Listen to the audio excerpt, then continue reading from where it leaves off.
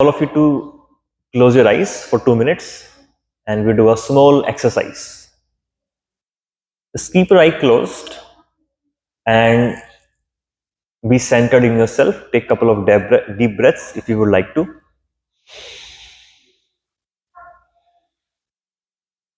You can have deep breath. Exhale. So now in the screen of your mind, you can visualize a screen, a black or white paper in your mind's eyes. And now you can remember the youngest form of yourself.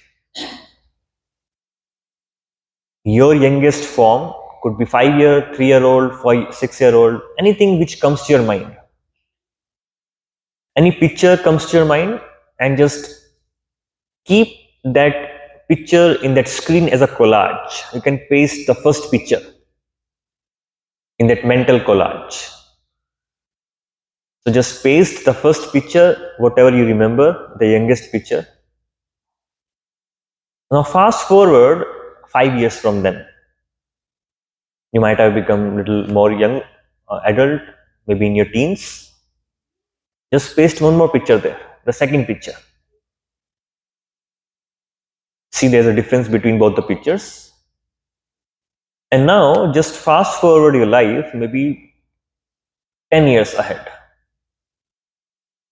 Now see, how do you look? You have become more younger, becoming older, and you're becoming more taller, more stronger. Visualize yourself. And now just fast forward next more 20 years to whatever your age is now. You can have 4 pictures in your mind. The youngest, the latest, in between 2 pictures at the gap of 20 years or 10 years. Now just be with this collage, just be with this picture and see yourself growing, how you have changed. And mentally answer to my question, what is it in this picture who has changed? And what is this in this picture which has not changed? What is in that picture, the collage which you have made in your mind, which has changed? And what is in that picture, what has not changed? Just answer to yourself, and if you find the answers, just open up your eyes.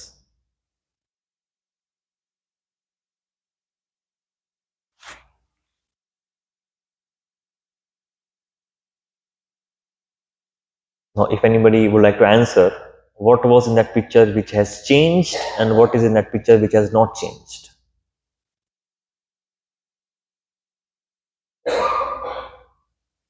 Yeah. Body has changed. Body is changing, very apparent. Body is growing and changing, yes. And what is not changing? Soul is not changing. To a level, my ego. Ego is changing. I am some identity. You have some identity, yes. That is still there. That is still there, yeah. Beautiful. Thank you. Anybody else? What is changing and what is not changing? I'm sorry? You become more wise. Your wisdom changes. Okay. Beautiful. What is not changing?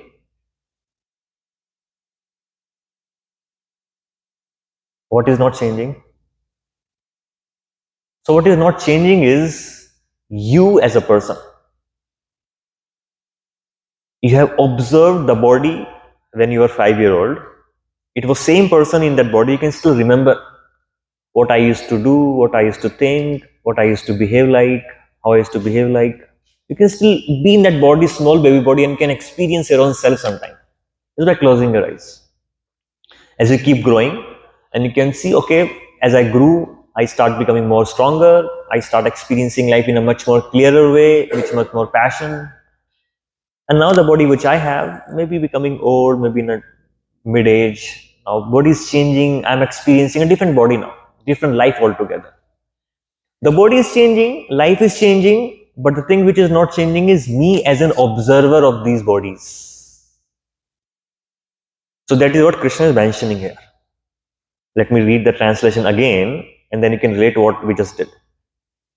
As the embodied soul continually passes in this body from boyhood to youth, from boyhood to youth, and to old age.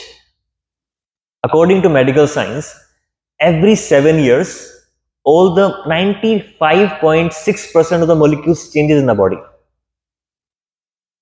According to medical science, the body's cells keep regrowing, regenerating, and keep changing. And by the end of every 7 years, the whole body structure has changed. It is new body now. So if somebody were to live 91 years, how many times they have changed their body? About 13 times. The body what I have now was not there with me 7 years back. And the body I would have after 7 years would not be same body as I have now. So when there is known as mirror exercise that we do generally with the mirror, but you can just think, if you go in front of mirror, how do you address yourself? If you see yourself, how do you see yourself? Or if you were to talk to yourself, how would you talk? Would you say, I hand? Or would you say, I head? Would you say, I hand legs? Would you say that? How do you generally address yourself? My hand, my head, my eyes, my legs. If I'm saying, this is my book, what does it really mean when I say, this is my book? It means, this book is different and I'm different. And this belongs to me. This is mine. Isn't it? Similarly, when I'm saying my body and when I'm saying my hands, when I'm saying my head, what am I subtly communicating to myself? What kind of internal communication I'm having with myself? That I'm different and the body is different. I'm different and the body is different. There was an experiment being done by one scientist, and he says, if you were to break down the body into different chemicals, basic chemicals, this body is made up of, maybe oxygen, nitrogen, carbon dioxide, potassium, magnesium, calcium, just break down the whole body part into different chemicals. So how much do you think this body would worth? If you were to break down the whole body part into calcium, magnesium, potassium, iron, zinc, whatever is made up of, oxygen and water, how much do you think this body worth? Nothing. There is some number to that. $400. I checked with ChatGPT. ChatGPT told me $187. How much? $187. That's all. If given an opportunity, would you prefer to have $5 million, or would you prefer to save your relative's life? What would you choose? Why? Only $200. Which is greater, $200 or $5 million? You're not doing proper maths. we're not being logical and reasonable. There was one scientist who said that he had some problem. What problem he had is, if you have food for 75 people and there are 100 people in the room, how would you distribute? And you have to distribute equally, and you have to distribute only to 75 people. What's the most logical, reasonable, mathematical solution for that? You have 100 people and food for 75 people. What you should do? According to math, 100 minus 75. How much comes? 25. Kill 25 people. Solved. Problem is solved.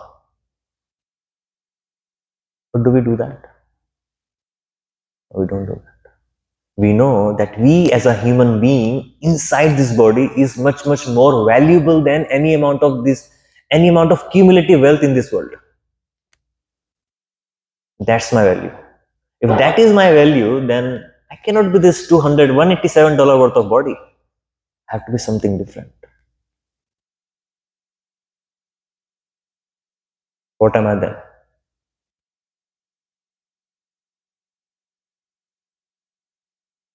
So that is what Krishna is mentioning here. When we understand, see what happens in this life, we get lost into different roles. How many of you heard about identity paradox? How many of you heard this word identity paradox? Identity paradox says that we play different roles in our life, isn't it? When we are talking to, let's say, when I'm growing, I become a small child. My identity is I'm a small baby, and accordingly I behave, I relate with this world. When I keep growing, take up different roles. I was a student one, I'm a student. Then what do I become? I become a college student. I become an employee. I become a son of my parents. I myself become a father. I become a husband. I become a wife. I become employee or employer. I become an Indian. I become an American. We keep taking different roles. Like an actor is performing different roles on the stage. And we are so expert in playing different roles on the stage that while we are playing the roles, we lose our own true identity. How many of you do you think that while playing these roles, and if this something is happening to me, something is happening to the role, I feel pained, I feel hurt. When something happened to me as a father, I feel hurt. When something happened to me as an employer, I feel hurt. How many of you identify this pain of yours with the pain of a role? Most of us. The identity paradox says that actually we are identity lost in whirlpool of different roles we play in this world. We are not able to separate ourselves out from this whirlpool of roles, different roles we play. There was one sage of the East from India. He said, if you really want to have the meaningful life, you should disconnect from this world at least once 1 month in a year. At least 1 month in a year, you should disconnect to slow down so that you can speed up in the next 11 months. In a month, you should disconnect for 1 day. In 1 day, you should disconnect for 1 hour at least. So when we disconnect from these different roles we are playing, we have the opportunity to connect to our own true self, our own true identity. And we are able to connect to our own true identity. That is where I can see who am really I, who am really are, who am I. So while playing these different roles, we may have different types of identity, like Instagram identity, Facebook identity, this identity, that identity, and different identity we want to look different. You have a lot of filters nowadays, isn't it? On Instagram, you have a different image. On social life, you have a different image. In house, you have a different image. Like my soul gets tired playing different roles, as if you are constantly holding a mask in front of you. Heart is crying and face has to be laughing. Isn't it very tiring? So the real liberation is to be able to just let go of that mask at least for some time. Just be my own true authentic self, being able to connect to my own true authentic self. So that is what is Krishna is presenting here. And sometimes what happens, no, I don't see that I am not this body, I am this body only. Sometimes no, I'm able to move this body, able to move around and able to do a lot of things. Why do you say I'm not the body? I'm the body and I'm experiencing this as my body. I'm not seeing myself as different. So why are we not able to experience ourselves as not being this body? The reason is, if you see, what is the difference between a video and a photographs? The difference between video and photograph. Photo is still, video is moving. When the photographs are moving at a very, very high speed, that's how the camera works. It keeps capturing the photos, but capturing at a very, very high speed. It looks like a video, continuous. Although it is discrete, although it is quantized, but it looks uniform. It looks continuous. It looks moving. Similarly, the soul is capturing the videos, the photos in this life. And in this case, in this life, what we are experiencing, the cells movement is very, very slow. Because the cells are changing every moment, but the change is very slow. Because the change is very, very slow, that's why I'm not able to identify whether I'm in this movie, whether I'm in this life, or whether it is my own real life. This world is like watching a movie in a big screen of this world.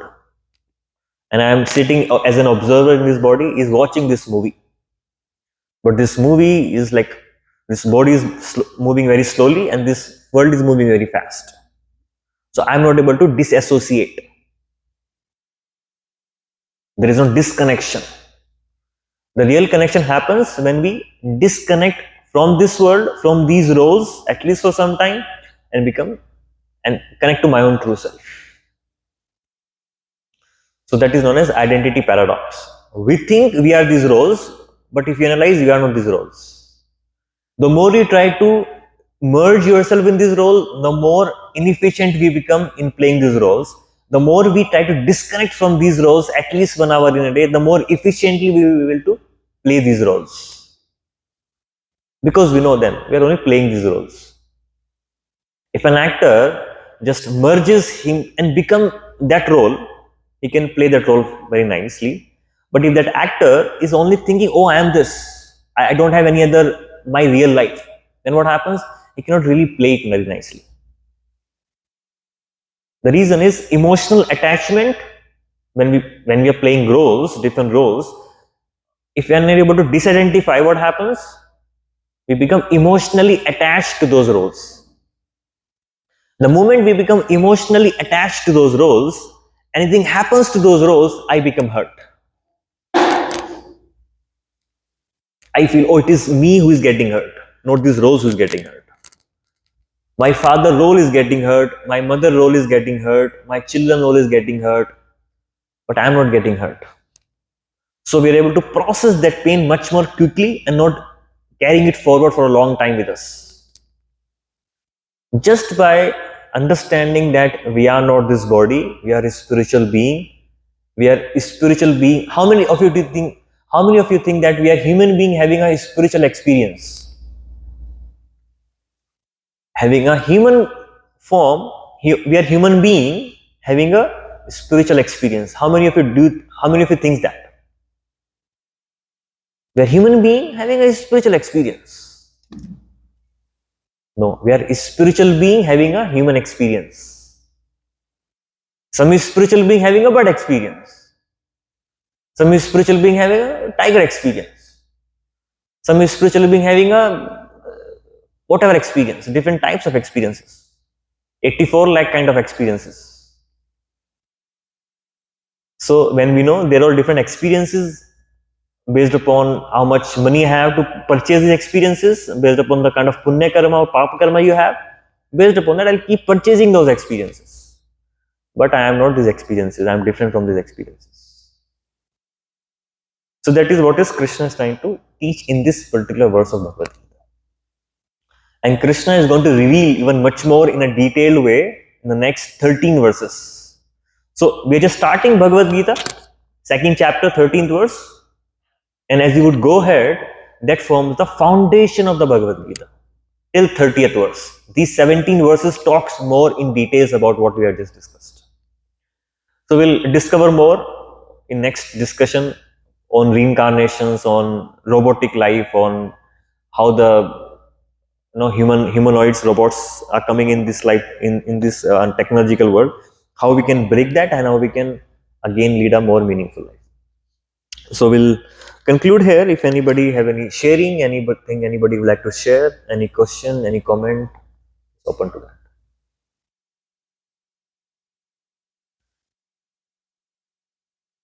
Anyone would like to share anything?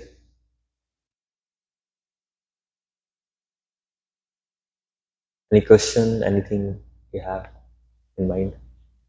When you talk about spiritual experience, what is that? So when we talk about, so how can we describe the spiritual experiences? when we have some spiritual experiences, how do they look like? So, the one thing, for example, let's say one tiger is sleeping. Well, let's say we are sleeping. I'm in the bed and it's like 9 o'clock, 11, 10 o'clock. Now I've been sleeping. It's like 2:30 in the morning. In 2:30 in the morning, I suddenly started becoming very worrisome. I start feeling as if one tiger is chasing me. One tiger is going to come and chase me and going to kill me. The tiger has already killed my family, is eating the family in front of me, and now the tiger is going to pounce upon me and going to kill me. How would you feel? Scared. What else? Scared. How do I run? I have to save my life, isn't it? And suddenly somebody wakes you up. Get up, get up, get up. It's time to get up now. When you get up from a very dangerous, very scary, very emotionally dream, how do you feel? When you wake up, I am safe now. That's how is a spiritual awakening. When we awaken to the reality, it's like awakening from the dream. It's like when we experience the real life. One thing what happens is all your worry goes away, all your tension goes away, all your stress goes away, everything goes away because it's all dream. If you watch a movie and you identify yourself with one person and that person is going to kill, and you start feeling that pain. Why I'm going to be killed now? If that, let's say, you're associating yourself to an actress, or that actress has found the actor, I'm so happy now. But the moment somebody throw the torchlight on the screen of a movie, it all fades away, isn't it? So coming to light means throwing that torchlight of knowledge on the screen of our life, dark screen of our life. In the dark screen of our life, we have been leading very dreamy kind of a life, playing different roles. When the light is shine of a knowledge, we awakens and we know the reality. It's like awakening from a dream and dissolution of a movie screen in front of you. Just to give you some idea of it. Make sense? Anybody else have any other?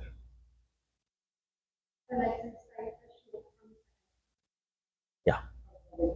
Yeah. From 2.13th, 2.13. This is from the foundations of Bhagavad Gita because Arjuna was crying. Why did Krishna bring this up? Why did Krishna said that is one of the third verse of the Bhagavad Gita when Krishna spoke? Because Arjuna is in a very deep trouble. Like, I'm going to kill all these Dronacharya, Bhishma. How can I kill all these family members? They will be killed. I will be in pain. My heart is breaking as a student. Because Dronacharya is my teacher. I am a student of Dronacharya. How can I kill my own teacher? Bhishma is my grandfather. I am a grandson of my grandfather. I am playing this role of a grandson. I am playing this role of a teacher. I'm playing this role of a student. I'm playing this role of a son as a brother of Kauravas. I'm playing all these different roles. I cannot break these roles. It's too much painful for me to go against these roles.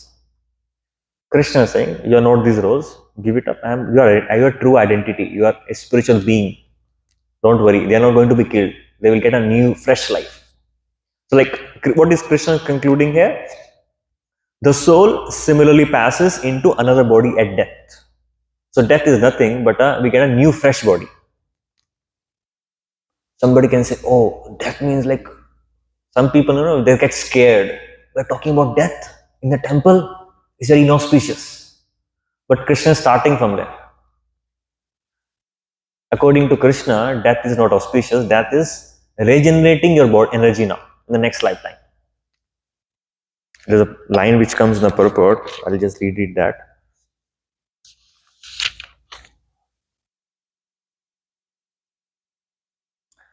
There was no cause for lamentation by Arjuna on account of death, either for Bhishma nor for Dronacharya, for whom he was so much concerned. Rather, he should rejoice.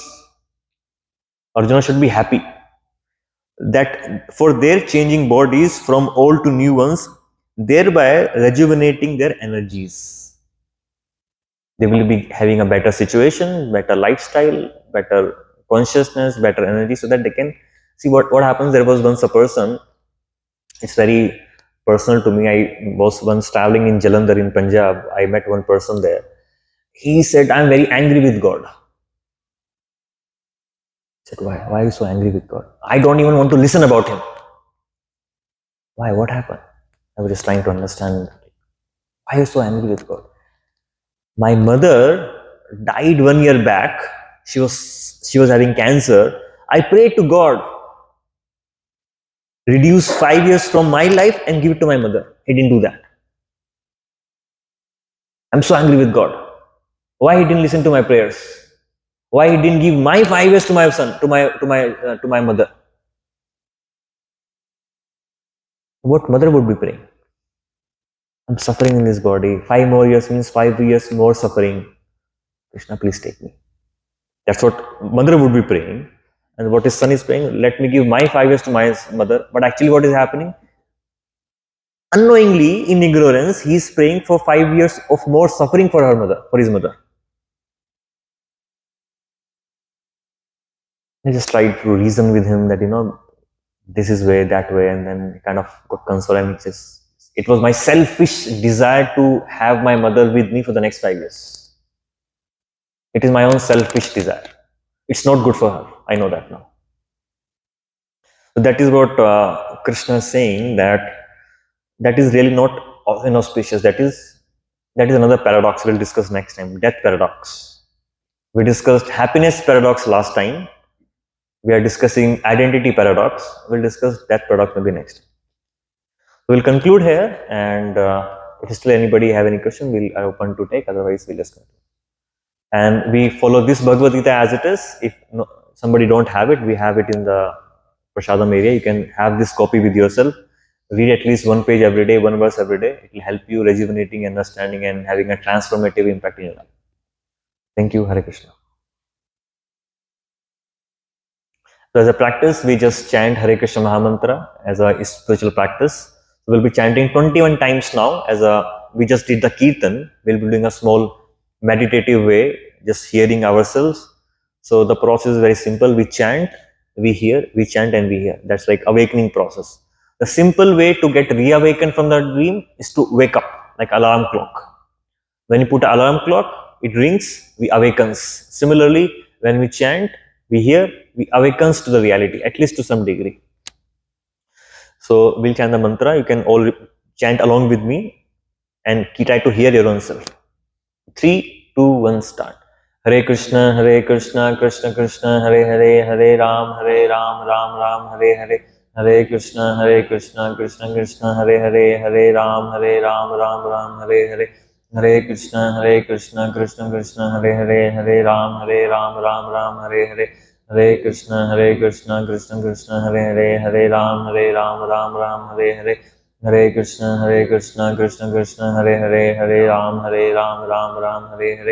Hare Krishna, Krishna Krishna, Hare Hare, Hare Ram, Ram Ram, Hare Hare. Hare Krishna,